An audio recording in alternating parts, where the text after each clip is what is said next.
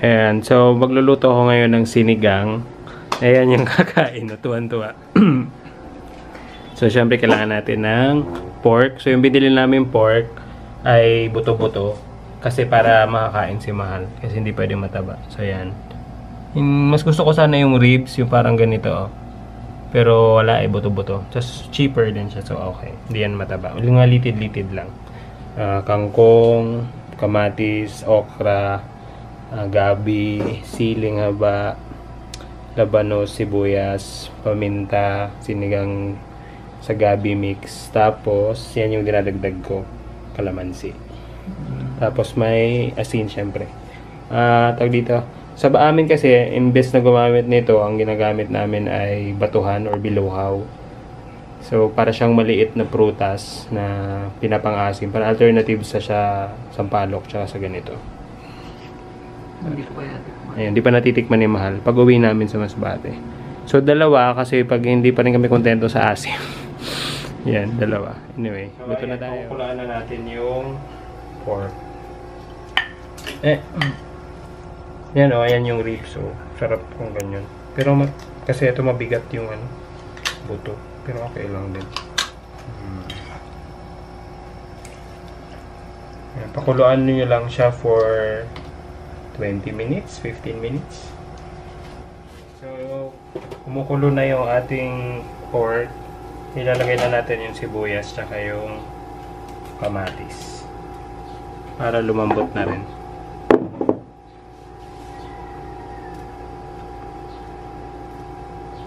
Medyo marami yung sabaw kasi pag sinigang, adik ako sa sabaw.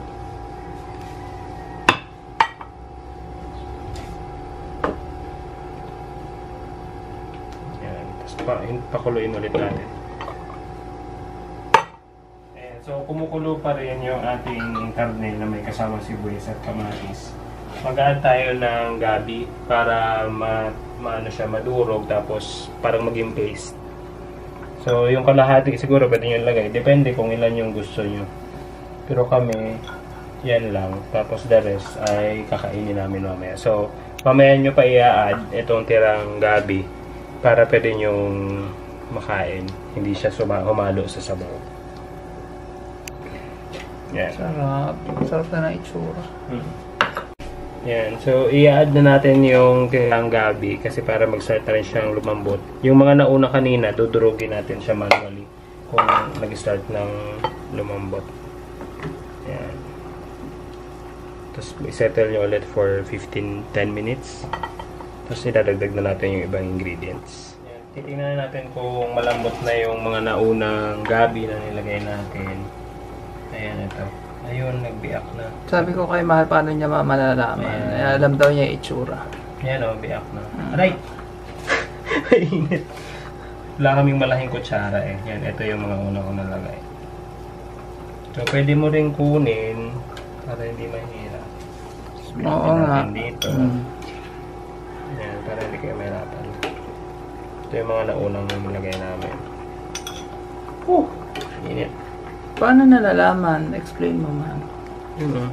Paano nalalaman na yan yung unang nilagay? Ano itsura? Ano mo, hindi naman sa... Yung itsura, medyo basa-basa na yung gilid. Tapos yung gitna, basa na rin. Yung bago, ayan o, hindi pa ano yung gitna. Yan. Ayan, pwede nyo na... Medyo matigas pa itong isa. Pero itong isa, malambot na. So, durugin nyo lang. Kung may malayik yung kutsara pang luto, mas okay yun. Wow, ang lapad-lapad ang sabaw niyan. Pag nalagay natin ito.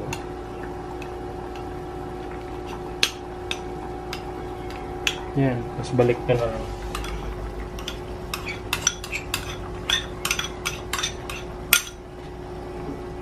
Malapot na yung sabaw niyan. Balik tayo dito sa malaki. Yan, sarap. Tapos tunaw na rin yung kamatis. Durog na rin siya. So yung next, ilalagay na natin yung ating sinigang sa gabi mix. So, ubusin namin to kasi pareho kami mahilig sa maasim.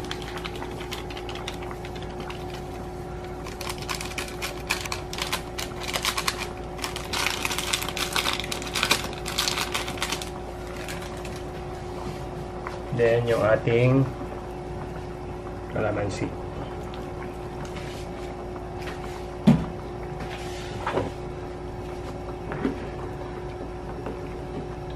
And pag nagluluto ako ng sinigang, meron din akong additional ingredient. Paminta. Mahilig kasi Kasi mahilig ako sa paminta. Yeah. Oh, dami.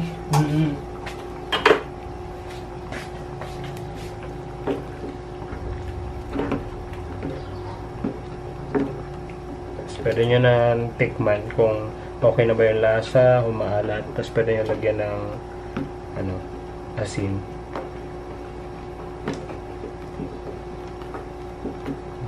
Sarap.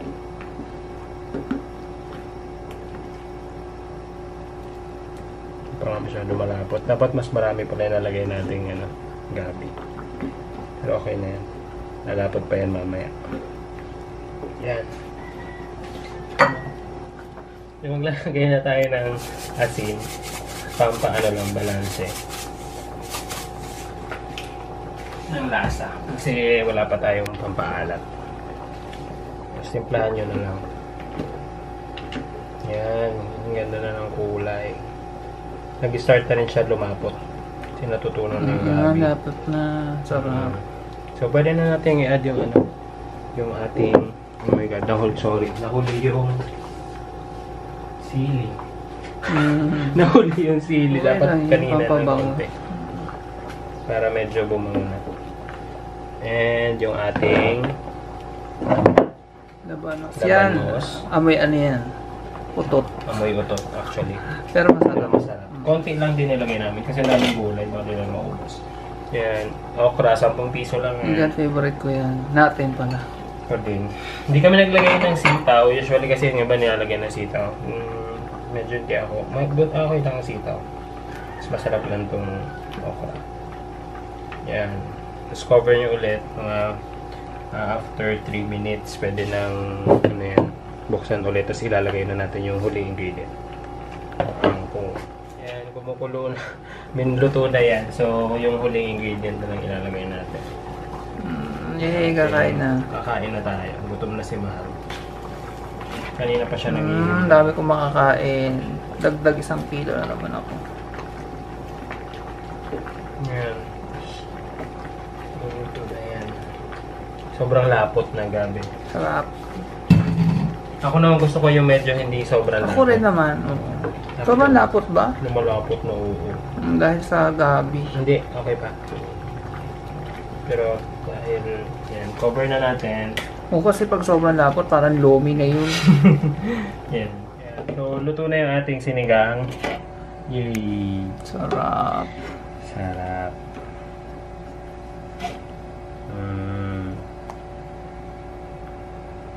Init.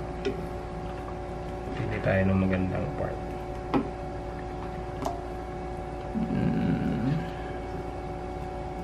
Tagal ko hindi lang kakain ng sinigang, ngayon lang ulit.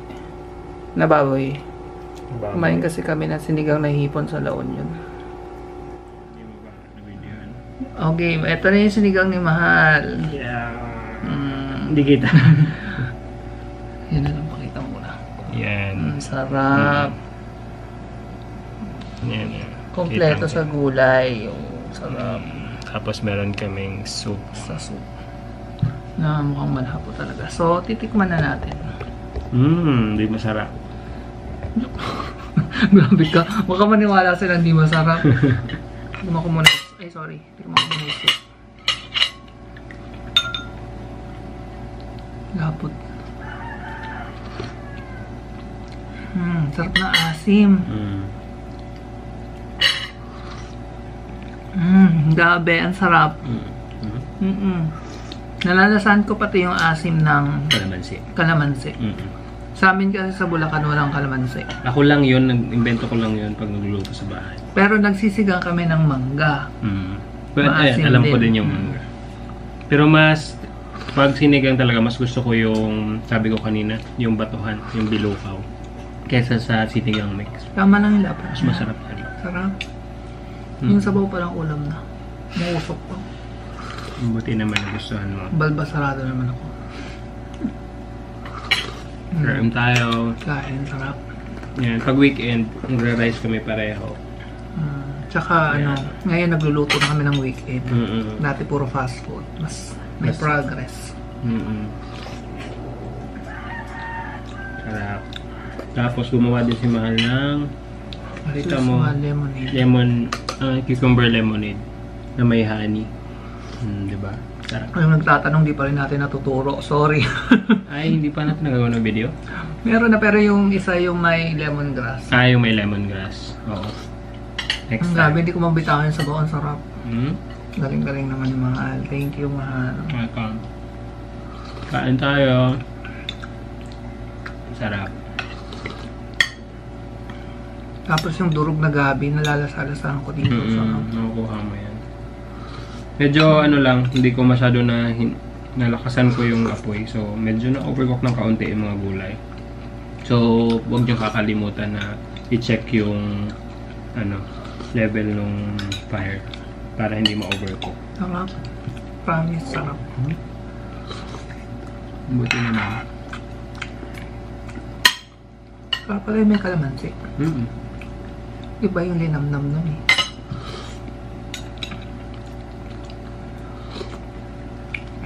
Napaka-asim niya, grabe. Diba? Tikman, Kung mahilig kayo sa maasim, recommend na maglagay talaga kayo ng kalamansi. tikman natin yung may laman. Or mabuto siya. Ito, laman. Kasi yung iba gusto mataba At least high blood. makakain siya kasi litid lang tsaka buto-buto. Walang taba na makakapal. Pinapakita ko lang. Sarap. Ayan, Buto-buto. Masarap din yan kasi kaya siguro ang linamnam din ng sabaw. Nandun yung lasa ng buto. Sarap. Kami nagpapatis kami na may sili. Walang labuyo. Yung green kinuha ko. Tapos dudurugin ko siya. Nagpaghanap eh. Sa amin naman di ginagawa yan. Pang Luzon lang ata to eh. Yung May Luzon Oo. nagsasawsaw. Sa Sa Bulalo, tsaka sa diba? iba nga, sa Bacolod, di silang makain patis. Di rin kami mahilig Toyo. sa patis. Pero sige, titigman natin. Nabahuan niya sa Mahal eh. Sabi niya, ano yun, amoy tayong pusa daw. Sorry, Patis kumakain pala. ng pala kami. Patis pala. Sorry. So yan, titikman natin yung may laman. Hindi ko muna sasawsaw. Hindi masarap. Masarap na. Teka, yung gabi. Ito. Gabi naman.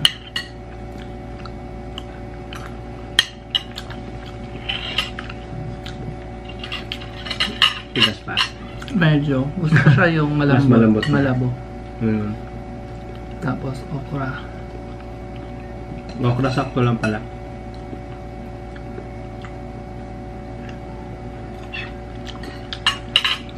Anyway, enjoyin ko na. Kain na kami.